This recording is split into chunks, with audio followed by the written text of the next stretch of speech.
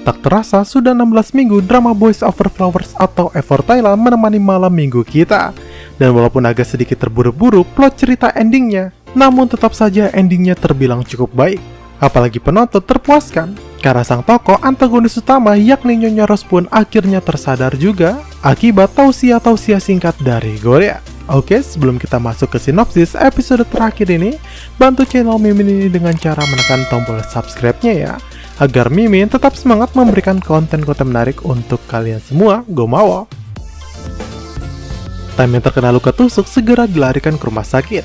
Tapi dari kejadian ini bukannya merasa taubat dan merasa bersalah, Nyonya Rose justru tetap berkeras hati pada keyakinannya.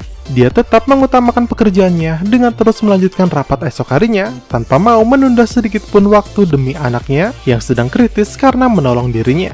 Walaupun dia sudah memberikan banyak masukan yang baik untuk ibunya, nyatanya Nyonya Rose yang keras kepala ini malah semakin jadi melakukan apapun yang dia yakini. Bahkan lebih parahnya, berselang beberapa hari saat Time tersadar dalam keadaan amnesia, Nyonya Rose justru memanfaatkan keadaan itu dengan berupaya mengembalikan Time menjadi seperti dulu lagi dan mencegah Time kembali mengingat sifatnya saat mengenal Gorea dahulu. Dan karena amnesia ini jugalah semakin memberatkan hubungan cinta Gorea yang ditolak mentah-mentah saat ia mencoba mendekati Time kembali.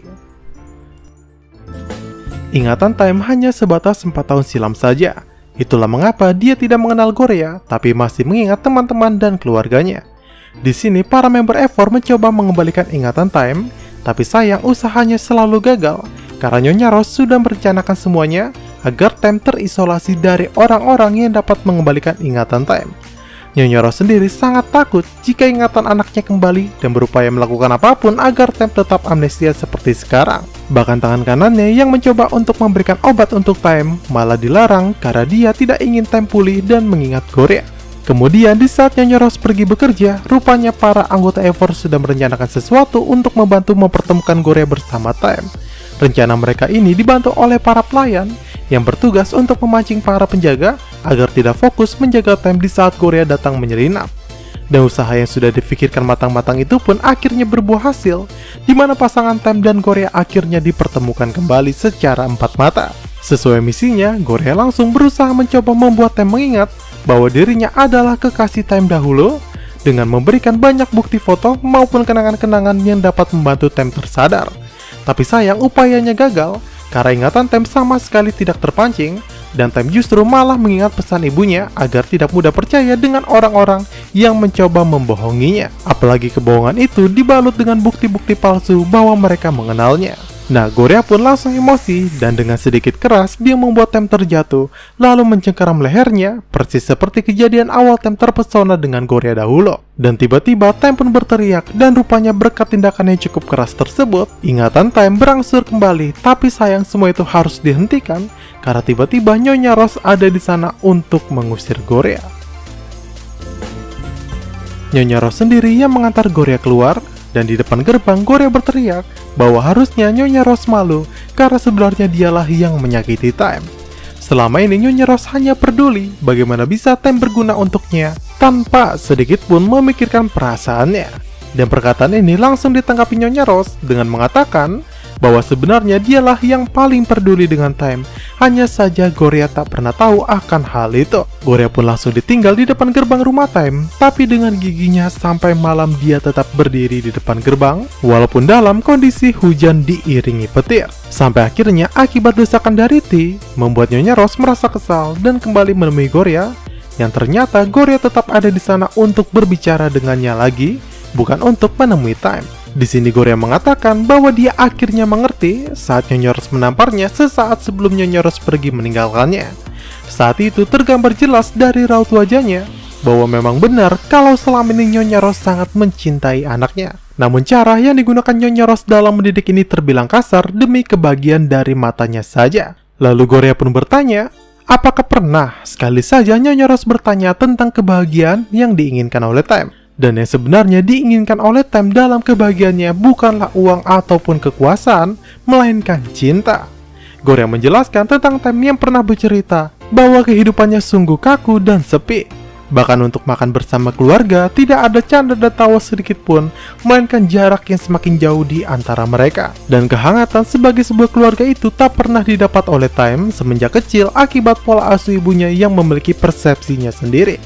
Dan di tengah percakapan itu, tiba-tiba Time yang masih amnesia datang dan malah memarahi Gorya. Bahkan dengan kasar, dia mengusir Gorya, hingga dengan tertati-tati Gorya pun beranjak pergi dari rumah tersebut.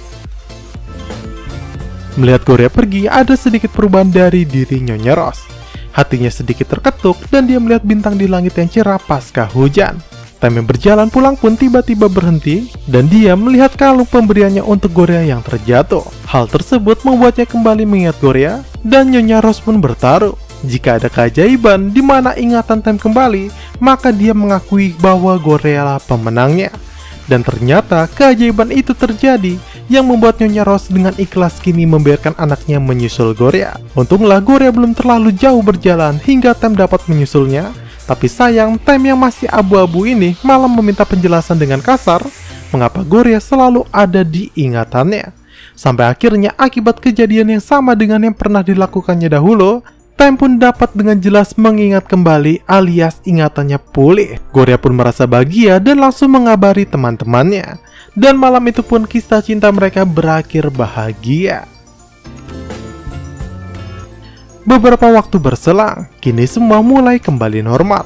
Gorya mulai bersekolah kembali dan keluarganya mulai menempati rumah lama mereka walaupun harus sedikit menunggu renovasi. Tak terasa pesta dansa sekolah pun kembali diadakan dan Gorya diundang menjadi tamu spesial untuk bersama para anggota EVOR walaupun tanpa kehadiran Time yang sedang melakukan pekerjaan di luar negeri.